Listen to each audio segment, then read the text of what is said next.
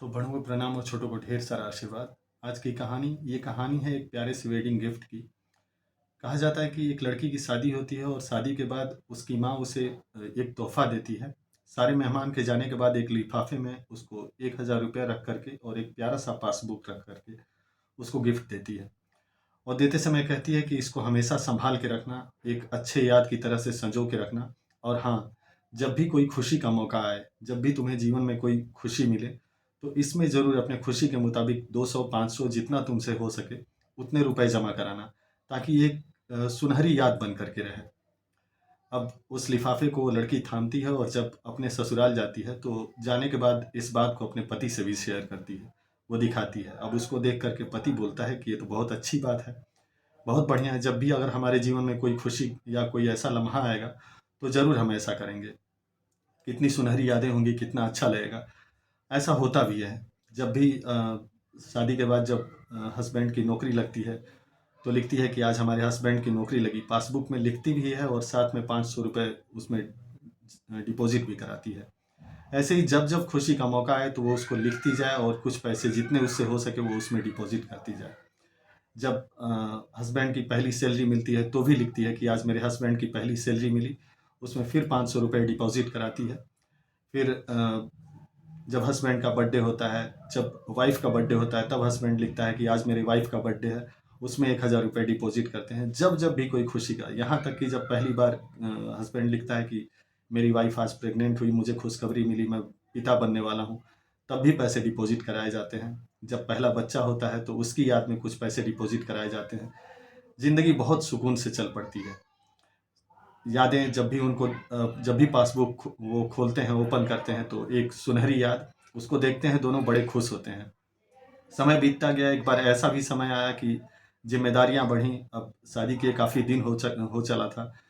अब दोनों के बीच में, जैसे कि आम पति-पत्नी के बीच में होता है, मनमुटाव शुरू होता है और मनमुटाव इतना बढ़ता है कि छोटी-छोटी बातों को लोग केयर करने लगते हैं। तुमने मुझे ऐसा कैसे कह दिया? तुमने मुझे ऐसा कैसे बोल दिया? धीरे-धीरे बात बढ़ने लगती है। बात यहाँ तक पहुँच जाती है कि दोनों के बीच में बातचीत भी बंद हो जाती है। गुस्से में लड़की एक दिन तंग आकर के अपनी माँ के घर जाती है और जा कर के अपनी माँ से कहती है कि बस बहुत हो गया। अब इस इंसान के साथ रहना मुश्किल है। अब तो मुझे ये भी समझ में नहीं आता कि आखिर में मैंने क्या देखा कि इस इंसान से शादी कर ली। बिल्कुल, एक घड़ी भी गुज़ारनी मुश्किल है अब तो। अब तो चाहे जो हो जाए, मुझे इसके साथ नहीं रहना है।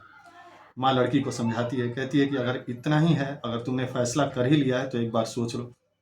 लड़की कहती है कि सब कुछ सोच के मैंने फैसला किया है, अब नहीं रहना है इसके साथ। माँ कहती है ठीक है, जब नहीं रहना है तो जब यादें, अगर उस इंसान के साथ जितनी भी यादें जुड़ी हैं तो सारी यादों को ख़त्म कर दो। तुम एक काम करो, जो पासबुक मैंने तुम्हें दिया था और जैसे तुम्हें समझाया था, तुमने उसमें कुछ पैसे डिपॉजिट किए होंगे, तुम एक काम करो, वो पैसे भी निकाल के खर्च कर दो, क्योंकि पैसे रहेंगे तो फिर याद आएगी। तो वो सारी चीज़ें ख़त्म कर दो जो यादों से जुड़ी हैं। वो कहती है ठीक बात है, माँ की बात अच्छी लगती है।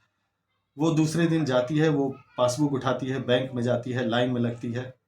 लाइन काफ़ी लंबी थी, लेकिन इसी दौरान अब काफ़ी समय हो चला तो उसके मन में आता है कि एक बार पासबुक को खोल के पढ़ लूँ। उस पासबुक को खोल के पढ़ना शुरू करती है कि कैसे हस्बैंड की नौकरी लगी थी, कैसे बर्थडे सेलिब्रेट किया गया था, कैसे हस्बैंड का बर्थडे मना, कैसे फर्स्ट सैलरी मिली थी तो कितने वो खुश थे।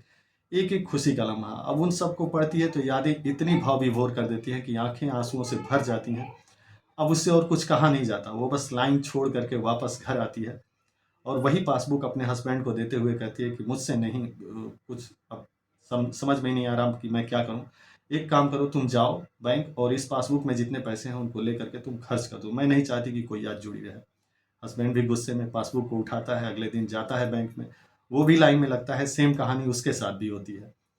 लाइन काफ़ी लंबी थी, वो भी सोचता है कि एक बार पासबुक को खोल करके पढ़ लूँ। पासबुक को खोल करके पढ़ना शुरू करता है। जब पढ़ना शुरू करता है तो उसकी आँखें भी आँसुओं से भर जाती हैं।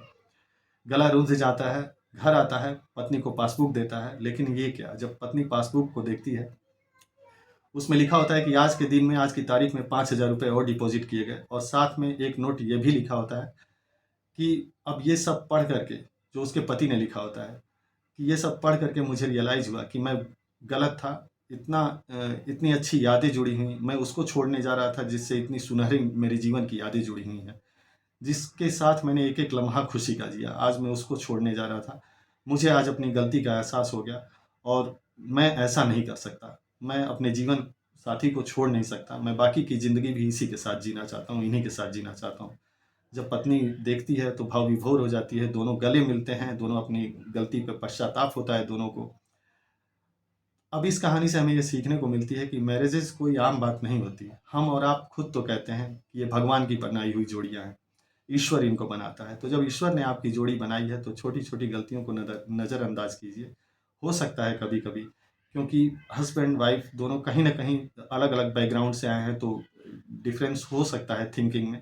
लेकिन उनको लेकर के, डिफरेंस थिंकिंग को लेकर के एक यूनिक आयाम गढ़िए और उस पे चलिए। इसी में समझदारी है और इसी में जीवन का आनंद है। उम्मीद करता हूँ कि कहानी से आपको कुछ सीखने को मिला होगा। फिर से हमेशा की तरह आपका आभार।